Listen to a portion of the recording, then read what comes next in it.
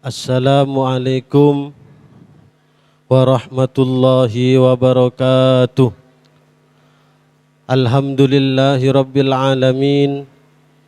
Wassalatu wassalamu ala ashrafil anbiya'i wal mursalin Sayyidina wa habibina wa syafi'ina wa kurrati a'yunina wa maulana Muhammadin wa ala alihi wa ashabihi wa dhurriyatihi ila yaumiddin.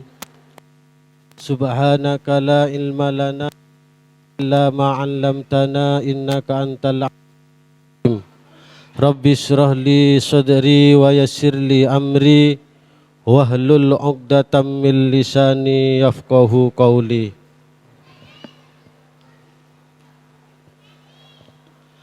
Nawaina at-ta'alluma wat ta'lim wat tadakkura wat tadhkir wan naf'a wal intifa' wal ifada wal istifadah wal hassa 'ala tamassuki bi kitabillahi wa sunnati rasulih ibtigha'a wajhillahi wa mardatihi wa qurbihi wa sawabihi.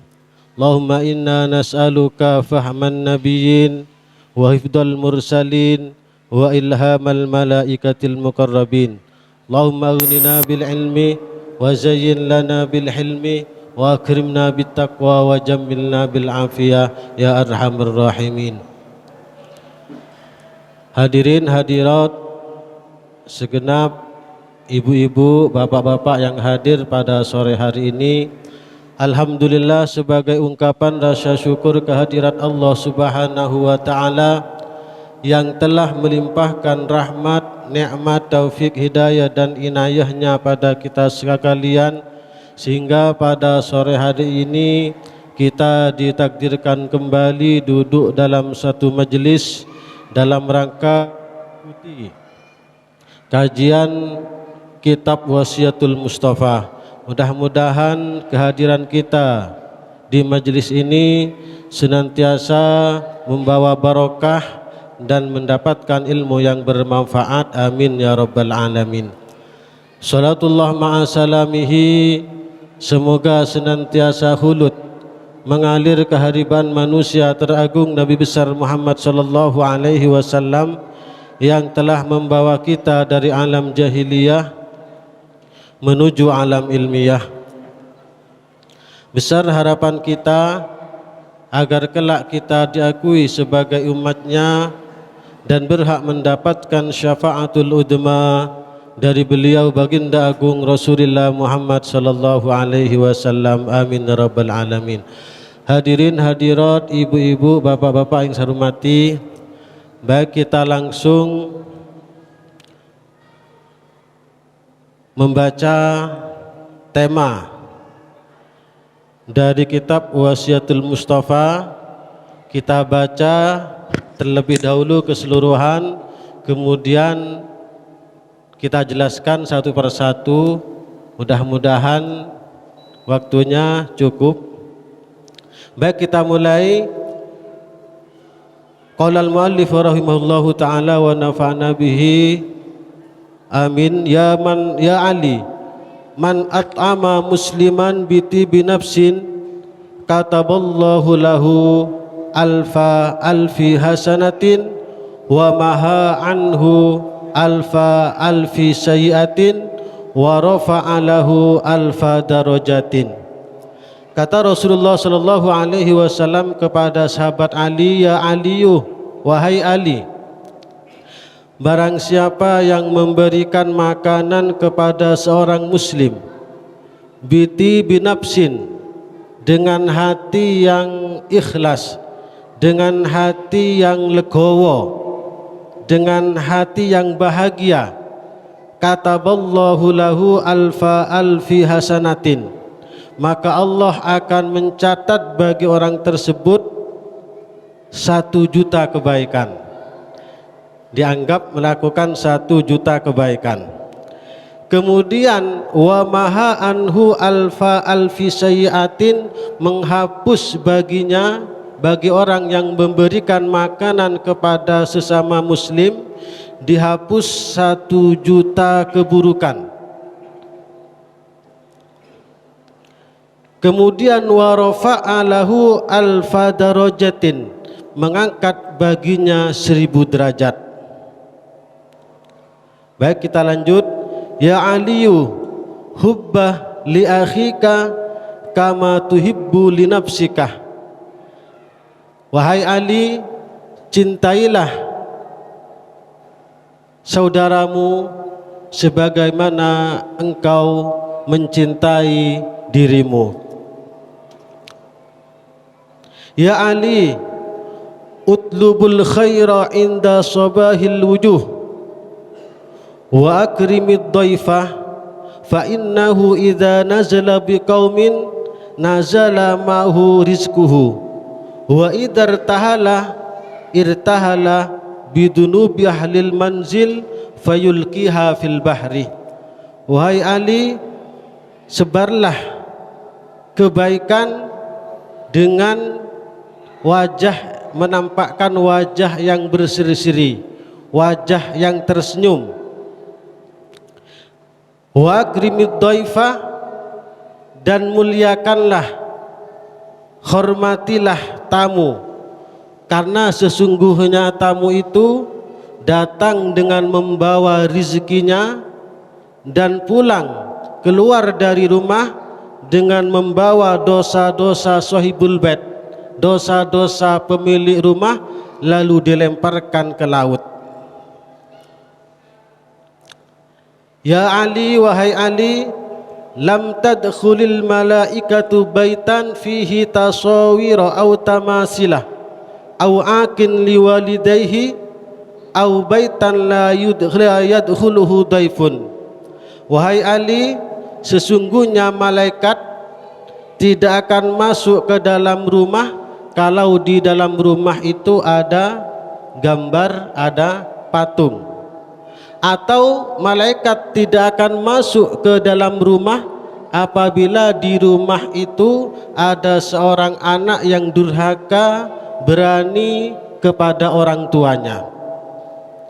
Atau malaikat tidak akan pernah mau masuk ke dalam rumah selama rumah itu tidak mau menerima tamu.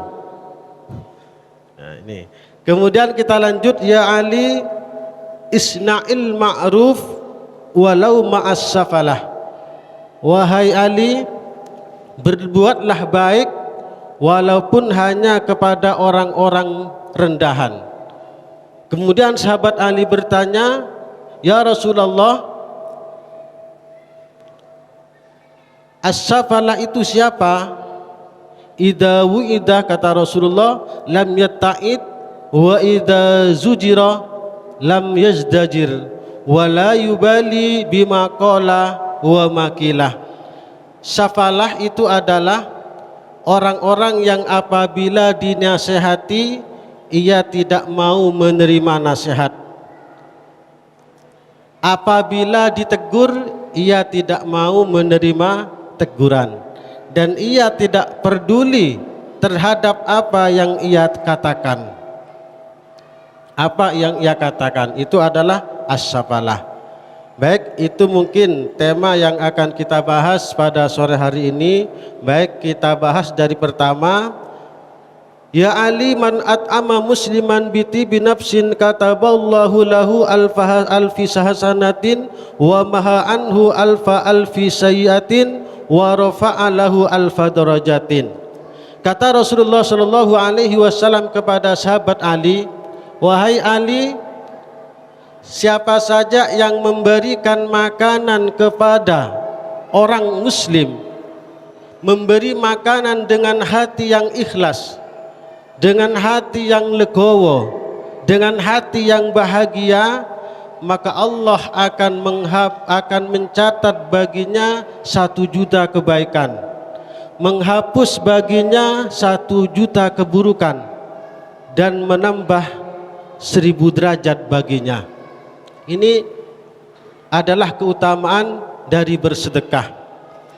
Memang ada dosa itu bisa dihapus dengan sholat, ada dosa itu hanya bisa dihapus dengan berpuasa, ada dosa itu hanya bisa dihapus dengan bersedekah. Lah, bagi orang-orang yang miliarder, jutawan, hartawan, bisnisnya banyak, mereka tidak sempat atau tidak ada waktu untuk baca Al-Quran, tidak ada waktu untuk berzikir, tidak ada waktu untuk melakukan kebaikan-kebaikan, maka mereka bisa melakukan kebaikan dengan bersedekah, memberi makanan kepada orang lain. Dan ini yang akan mengangkat derajat mereka, menghapus dosa-dosa mereka, dan akan menambah kebaikan-kebaikan mereka. Bisa dengan mengundang orang ke rumah berbuka puasa, meskipun hanya dua orang. Kemudian di dalam hadis yang lain disebutkan, ma min muslimin, kata Rasulullah, yut'imu akhahu hatta yasba' wa yasqahu hatta yurwiya illa ba'adallahu ta'ala minan nar wa ja'ala bainahu wa bainaha sab'a khanadik kullu khandakin khamsumi'ata amin wa nadat jahannamu bisujud syukran faqad aradtu an tu'tiku ahadan min ummati Muhammadin min adabi li'anni kuntu astahi min Allah, li'anni kuntu astahi min ummati Muhammadin an u'adzibah al-musaddaqa min ummatihi. Kata Rasulullah sallallahu alaihi wasallam, barang siapa yang memberikan makanan kepada seorang muslim sampai kenyang, ini catatannya sampai kenyang, berarti kurang lebih 1 kotak nasi atau 1 bungkus nasi. Wa yaskiyahu hatta yurwiyahu, kemudian memberi minuman sampai hausnya hilang, 1 botol aqua sampai hausnya hilang, maka orang yang demikian tersebut oleh Allah akan dijauhkan dari neraka. Dijauhkan dari neraka artinya tidak akan masuk neraka. Bisa dipastikan kalau tidak masuk neraka berarti masuk surga, karena di akhirat itu hanya 2, kalau tidak masuk neraka berarti masuk surga. Kemudian wa ja'ala bainahu wa bainaha sab'a khanadik, kemudian Allah menjadikan antara orang yang memberikan makanan dengan neraka itu 7 galian, 7 parit. 1 parit jaraknya 100 tahun. Berarti pahala bagi orang yang memberikan makanan kepada sesama muslim sampai kenyang, maka akan dijauhkan dari neraka dengan jarak tempuh 700 tahun. Kemudian karena hal itu, maka neraka jahanam minta izin kepada Allah untuk bersujud. Bersujud sebagai tanda terima kasih, tanda syukur kepada Allah Subhanahu wa taala karena telah menjauhkan orang yang bersedekah dari neraka sejauh 700 tahun perjalanan. Kata neraka jahanam, faqad aradtu an u'tiku ahadan min ummati Muhammadin min adabi. Wahai Allah, saya harap kamu tidak menyiksa, kamu tidak memasukkan umat Muhammad ke dalam neraka. Kenapa? Kata neraka, saya malu. Saya malu kepada umat Muhammad yang telah bersedekah kalau mereka disiksa. Maka bisa disimpulkan bahwa orang yang bersedekah tidak akan masuk neraka karena proposal dari neraka jahanam. Neraka jahanam yang mengajukan proposal kepada Allah bahwa ia malu kalau menyiksa umat Muhammad yang telah melakukan sedekah. Atas proposal neraka jahanam ini, maka Allah thumma amarahullahu ayyudhilal jannah al-mutasaddiqa bi luqmati hubzin au biqabdati tamrin. Maka atas proposal neraka jahanam ini, maka Allah kemudian memerintahkan umat Muhammad yang telah bersedekah dengan satu roti atau satu genggam kurma. Pokoknya bersedekah dengan satu genggam kurma atau satu potong roti, maka orang tersebut akan selamat dari siksaan api neraka. Mudah-mudahan kita termasuk orang yang ahli bersedekah. Amin amin ya rabbal alamin. Kemudian selanjutnya ada sebuah hadis an Adi bin Hatim, qala Rasulullah sallallahu alaihi wasallam, ittaqun narah, kata Rasulullah, thumma a'radah wa asyaha, thumma qala ittaqun narah thumma a'radah wa asyaha salasan.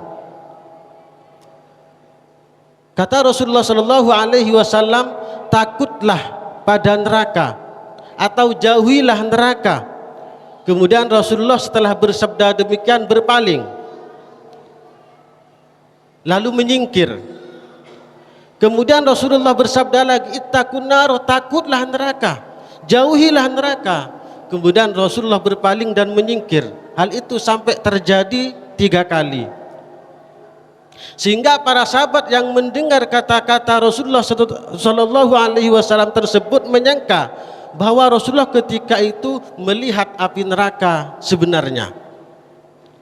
Maka Rasulullah sallallahu alaihi wasallam pada keempat kalinya bersabda, ittaqun naro walau bisyakki tamrah. Jauhilah api neraka, takutlah api neraka dengan bersedekah separuh kurma. Ini separuh kurma bisa menyelamatkan kita dari api neraka. Kalau hadis yang tadi satu genggam kurma, kalau di sini malah separuh dari kurma. Kemudian kata Rasulullah sallallahu alaihi wasallam, faman lam yajid fabi kalimatin thayyibatin. Kalau kamu tidak punya kurma yang akan disedekahkan kepada orang lain, maka bersedekahlah dengan kata-kata yang baik, dengan kata-kata yang sopan. Jauhi caci maki, jauhi kata-kata buruk, jauhi kata-kata yang tidak sopan, terutama kepada adik-adik sama sesama teman-teman. Biasanya kalau berbicara suka ngawur nih. Maka mulai sekarang jauhilah kata-kata kasar, jauhilah caci maki, dan gantilah dengan kata-kata yang baik, dengan kata-kata yang sopan. Karena kata-kata yang baik, kata-kata sopan ini termasuk sedekah yang akan menyelamatkan kita dari api neraka. Kemudian pertanyaannya, karena ini bab sedekah, haruskah sedekah itu menunggu sampai kita punya uang berlimpah, sampai kita kaya raya? Maka untuk menjawabnya, saya punya hadis Rasulullah sallallahu alaihi wasallam yang akan saya bacakan. Kata Rasulullah sallallahu alaihi wasallam, hadis ini dari Abu Hurairah. Kata Rasul, 1 dirham, ingat ya, satu dirham bisa mengalahkan 100.000 dirham. Sahabat penasaran, kok bisa 1 dirham bisa mengalahkan 100.000 dirham? Bagaimana itu bisa terjadi? Maka Rasulullah Shallallahu Alaihi Wasallam menjawab, ada seseorang yang hanya punya 2 dirham. Hartanya hanya 2 dirham. Kemudian ia ambil 1 dirham, kemudian disedekahkan kepada orang lain. 1 dirham. Dia hanya punya harta 2 dirham, kemudian diambil 1 lalu disedekahkan kepada orang lain. Satunya lagi punya harta yang banyak, miliarder, jutawan, hartawan, banyak sekali hartanya, kemudian ia mengambil 100.000 dirham, kemudian disedekahkan kepada orang lain. Logikanya begini, kalau kita punya 2 dirham, kemudian kita kasihkan 1 dirham kepada orang lain, berarti kita sudah mensedekahkan separuh dari harta kita. Separuh, ingat, separuh dari harta kita. Sementara yang bersedekah 100 dirham ini, karena orangnya kaya, jutawan, hartawan, persentasinya hanya 1/4 dari harta kekayaan yang dimilikinya. Coba mensedekahkan separuh dari hartanya, yang satu mensedekahkan 1/4 dari harta kekayaannya, kira-kira lebih banyak mana?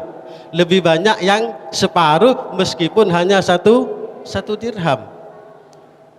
Maka sedekah bagi orang yang kepepet, bagi orang yang ada di bawah garis kemiskinan, itu lebih mudah ikhlas. Kalau punya 10.000 misalkan, kita bagikan yang 5.000, berarti kita sudah mensedekahkan separuh dari harta kita. Separuh, 5.000 berarti separuh dari harta kita. Itu lebih mudah ikhlas daripada orang kaya punya 100 juta, kemudian dibagikan separuh per separuhnya, berarti 50 juta. Jarang yang ikhlas, keaken nggih. Kemudian kata Rasulullah Shallallahu Alaihi Wasallam, ada sahabat yang bertanya, wahai Rasulullah, sedekah mana yang lebih afdol? Maka Rasulullah Shallallahu Alaihi Wasallam menjawab, sedekah dari orang yang serba kekurangan. Jadi sedekah yang paling afdol itu justru sedekah dari orang yang hidupnya serba kekurangan. Itu sedekah yang paling afdol. Mudah-mudahan kita mampu melaksanakannya. Amin Allahumma amin. Kemudian, ya Ali, hubba li ahika kama tuhibbu li nafsika. Cintailah, senangilah saudara kamu sebagaimana kamu mencintai dirimu sendiri. Sederhananya begini, kalau ada orang lain senang, maka kita ikut senang. Kalau ada orang lain bahagia, kita ikut bahagia. Kalau ada tetangga kita sedang bersedih, kita ikut sedih. Tapi jangan hanya ikut sedih, ya. Sedekah, dibantu. Kalau ada tetangga kita susah, kita juga ikut susah. Misalkan kalau kita bahagia, senang, diperlakukan dengan baik, maka hendaklah kita memperlakukan tetangga kita dengan baik. Kalau kita sedang ada masalah, kemudian kita senang kalau kita dibantu orang lain, maka ketika ada tetangga kita bermasalah, maka kita bantu. Karena kalau kita punya ada masalah, kita senang dibantu orang lain, maka kalau ada orang lain yang kena masalah, kita juga harus senang membantu mereka. Kemudian kita lanjut. Ya Ali,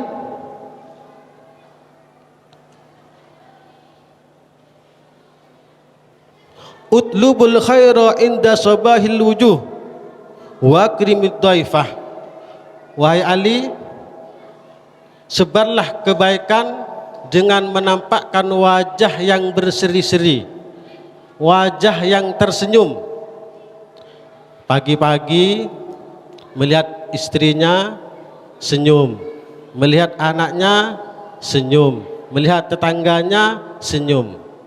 Jangan sampai pagi-pagi sudah menampakkan wajah yang pandangannya melotot gak karuan. Itu berarti tidak menyebar kebaikan. Sebarlah kebaikan dengan cara menampakkan wajah yang tersenyum, wajah yang berseri-seri setiap hari. Karena kata Rasulullah Shallallahu Alaihi Wasallam, tabassamuka lakah sedekah. Senyummu bagimu adalah sedekah. Kalau sedekah berarti dapat pahala. Senyummu bagimu adalah sedekah berarti dapat pahala. Ojo sering-sering marah, jangan sering-sering ngamuk, karena hal itu dapat menyebabkan kita cepat tua. Ada sebuah kisah dari Ali Zainal Abidin.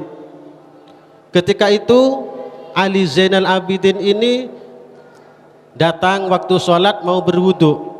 Kemudian salah satu budaknya menuangkan air wudu kepada Ali Zainal Abidin. Ternyata wadah yang dipakai tersebut jatuh dan melukai Imam Ali. Imam Ali Zainal Abidin. Seketika itu Imam Ali akan marah karena kaget dan melukai tangannya. Ketika Imam Ali Zainal Abidin akan marah, maka budaknya tersebut membaca ayat Al-Quran, wal kadhiminal ghaidah, dan orang-orang yang menahan amarahnya. Seketika itu juga Imam Ali sadar, sontak, tidak boleh marah. Oh iya, saya telah menahan amarah saya. Setelah Ali Zainal Abidin mampu menahan amarahnya, maka budaknya itu berlanjut membaca wal afina 'anin nas, dan orang-orang yang memaafkan kesalahan orang lain. Sontak kaget lagi Imam Ali Zainal Abidin, langsung ia berkata, saya telah memaafkan kesalahanmu. Tidak selesai sampai itu, budak itu kemudian membaca lanjutan ayatnya, wallahu yuhibbul muhsinin, dan Allah mencintai orang-orang yang berbuat baik. Maka sahabat Ali, Imam Ali Zainal Abidin sudah mulai sekarang, mulai saat ini kamu merdeka. Akibat kesalahan yang dibuat oleh si budak, malah budak ketimpahan rezeki dapat merdeka. Amin Allahumma amin. Kemudian, ya Ali akrimid dhaif, muliakanlah tamu. Dalam hadis disebutkan, man kana yu'minu billahi wal yaumil akhir falyukrim dhaifahu. Barang siapa yang mengaku cinta, mengaku beriman kepada Allah dan hari akhir, maka hendaklah muliakan tamu. Dalam hadis yang lain, mazala Jibrilu yusini bil jar hatta donantu annahu sayuwarrisuhu. Kata Rasulullah, malaikat Jibril itu selalu berwasiat, selalu berpesan agar baik kepada para tetangga, sehingga saya menyangka bahwa kelak tetangga itu akan menerima warisan dari tetangganya. Saking hebatnya urusan tetangga, kita itu harus selalu baik kepada tetangga kita. Karena kata Rasulullah Shallallahu Alaihi Wasallam, sampai malaikat Jibril itu tiap ketemu saya selalu berpesan agar selalu berbuat baik kepada tetangga. Qila li Rasulillah, dilaporkan kepada Rasulullah, anna fulana tahtasumun nahar wa taqumul lail wa tu'di jiranaha, faqala sallallahu alaihi wasallam hiya finnar. Dilaporkan kepada Rasulullah, Rasulullah, orang itu kalau siang puasa, bukan hanya puasa Ramadan, di luar bulan Ramadan pun ia puasa. Orang itu selalu puasa kalau siang hari, kalau malam selalu ibadah, selalu sholat malam. Tetapi ia sering menyakiti tetangganya. Apa kata Rasulullah? Hiya finnar, dia masuk neraka gara-gara sering menyakiti tetangganya. Ini pesan bagi kita, meskipun kita ahli ibadah, kalau kita sering menyakiti tetangga kita, maka ibadah kita tidak akan diterima oleh Allah Subhanahu wa ta'ala. Maka kata kuncinya, perbanyak ibadah dan harus berbuat baik, bersikap baik kepada tetangga kita. Ini kata kuncinya. Mudah-mudahan kita bisa berbuat baik kepada tetangga-tetangga kita. Amin Allahumma amin. Kemudian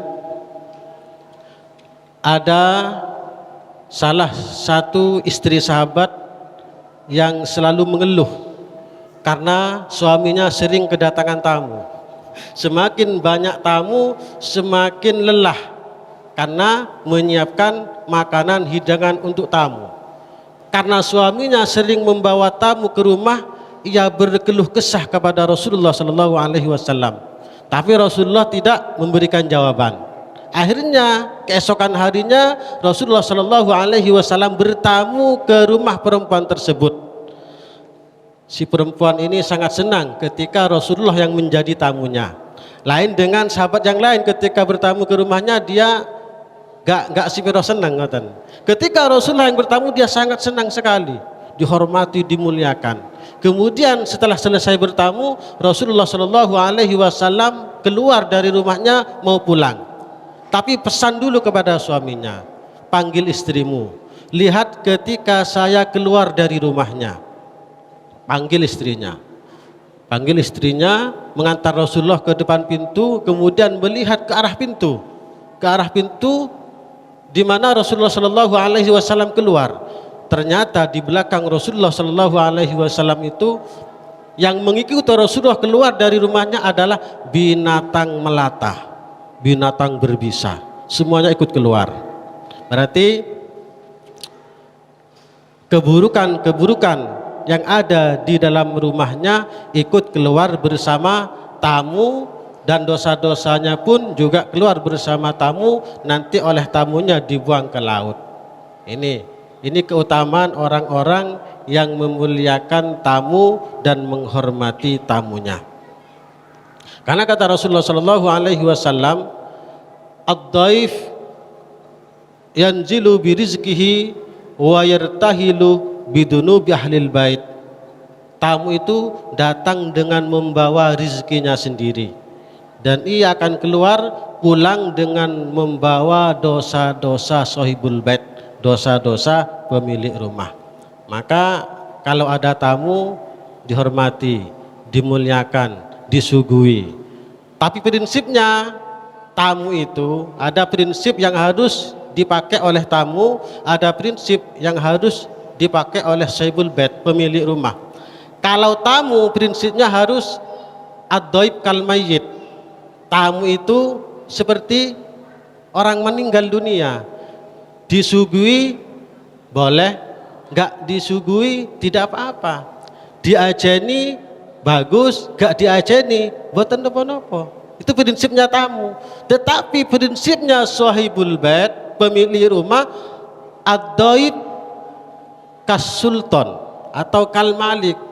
Tamu itu bagaikan seorang raja yang harus dihormati, harus dimuliakan, harus disuguhi dengan lengkap, dengan sempurna. Jadi prinsipnya ada hadis yang harus dipegang oleh tamu, ada hadis yang harus dipegang sebagai prinsip oleh sahibul bait. Ojo keliru, yang tamu make hadis sahibul bait, yang sahibul bait make prinsip seorang tamu, kacau nanti. Nggih, kacau. Jadi kesimpulannya, bila ada tamu maka hormatilah, maka muliakanlah, suguhilah dengan sempurna.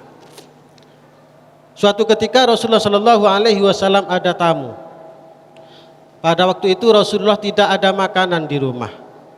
Maka Rasulullah waro-waro pada sahabat, wahai sahabat, siapa yang mau menjamu tamuku?